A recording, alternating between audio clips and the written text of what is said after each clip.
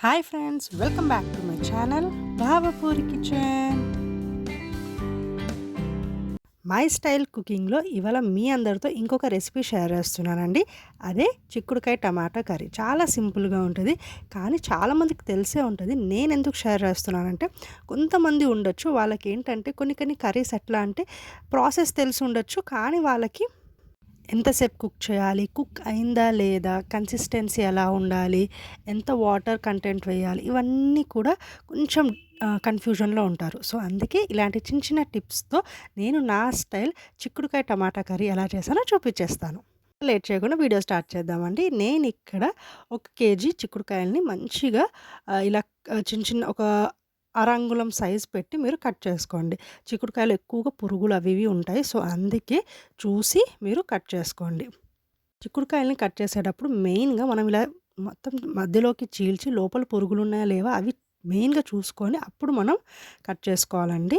ఆ తర్వాత చిక్కుడుకాయలో మనకి ఎక్కువగా పచ్చి వాసన ఉంటది. సో అందుకే బాయిల్ చేసుకోవాలి. అదే కాకుండా చిక్కుడుకాయలు మనం బాయిల్ చేయడం వల్ల ఏమైద్దంటే తొందరగా మెత్తబడిద్ది కదా! సో కర్రీ చేసుకునేటప్పుడు ఎక్కువ టైం పట్టదనమాట. సో నేను ఇక్కడ ఒక గ్లాస్ లేకపోతే ఒక 2 గ్లాసులు వాటర్ పోసేసి దాంట్లో ఒక టేబుల్ స్పూను కల్లుప్పు యాడ్ చేసుకున్నాను. యాడ్ చేసుకొని ఎంచక్కా స్టవ్ పెట్టేయండి. హై ఫ్లేమ్‌లో పెట్టేసుకోండి.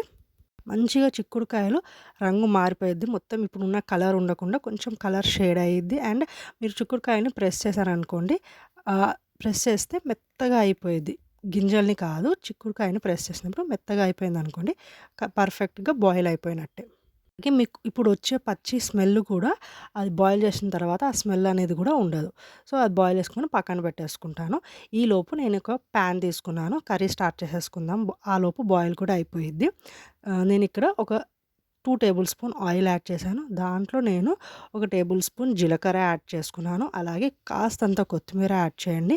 అండ్ 2 ఉల్లిపాయల్ని మంచిగా మీడియం సైజ్ ఉల్లిపాయల్ని చిన్నగా కట్ చేసుకొని వేసుకోండి. అలాగే ఒక 2 పచ్చిమిరపకాయలని కూడా మంచిగా చిన్నగా చాప్ చేసుకొని వేసేసుకోండి.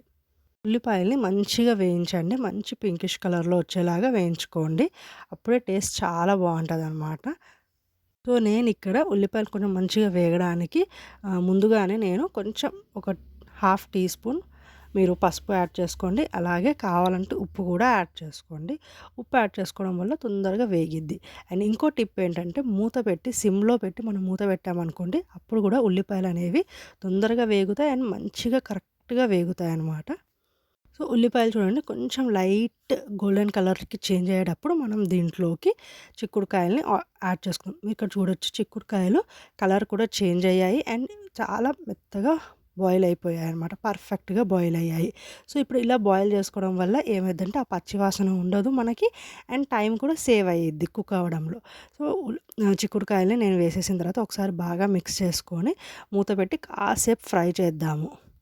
ఫ్రై చేయడానికి మెయిన్ రీజన్ ఏంటంటే, మనం చిక్కుడుకాయలని కొంచెం రెడ్ కలర్‌లో కొంచెం లైట్ రెడ్డిష్ కలర్‌లో మారే వరకు ఫ్రై చేశామనుకోండి, ఆ తర్వాత మనం దాంట్లో కారం యాడ్ చేసుకొని, వాటర్ యాడ్ చేసుకొని టేస్ట్ చాలా బావుంటది.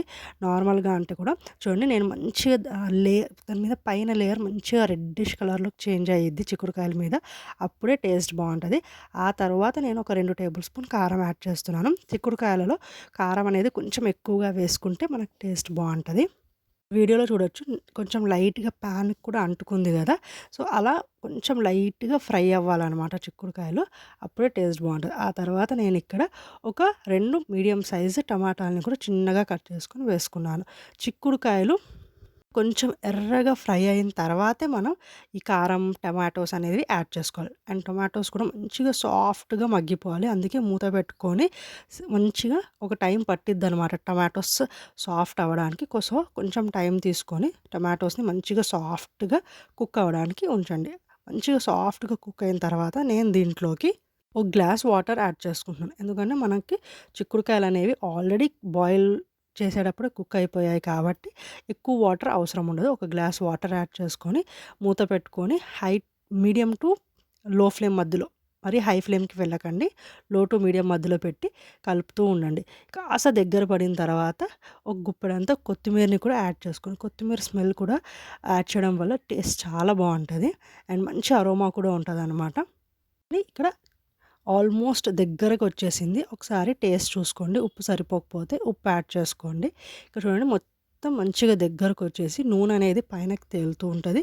మనకి చూడండి ఎంత వాటర్ ఉందో అంత కన్సిస్టెన్సీ మాత్రమే ఉండాలి. అంతకంటే ఎక్కువ ఉన్నా కూడా టేస్ట్ అనేది బాగుండదు. చిక్కుడుకాయలైనా గానీ, వంకాయ అయినా, టమాటా అయినా గానీ, ఆలు టమాటా అయినా గానీ, ఇలాంటి కర్రీస్ అనేవి ఎక్కువగా వాటర్‌గా ఉండకుండా మంచిగా దగ్గర పడి ఉంటే టేస్ట్ అద్దిరిపోయిద్దనమాట. సో, ఇలా సింపుల్‌గా చిన్న చిన్న టిప్స్‌తో మీకు చిక్కుడుకాయ టమాటా కర్రీ ఎలా చేసుకోవాలో నా స్టైల్‌లో చెప్పేసాను కదా! మీ అందరికీ నచ్చిందనే అనుకుంటున్నాను. సో, తప్పకుండా నేను డిస్క్రిప్షన్‌లో పెట్టే ఇంగ్రీడియెంట్స్ చూసుకుంటూ ట్రై చేయండి. మీ అందరికీ నచ్చిద్ది. అండ్ ఎప్పుడు లాస్ట్‌లో చెప్పినట్టే please like, share, comment and కొత్త వాళ్ళు నా ఛానల్‌ని సబ్స్క్రైబ్ చేసుకోండి. మరొక మంచి వీడియోతో మళ్ళొచ్చేస్తాను. షార్ట్ వీడియోస్ కోసం మాత్రం వెయిట్ చేయండి.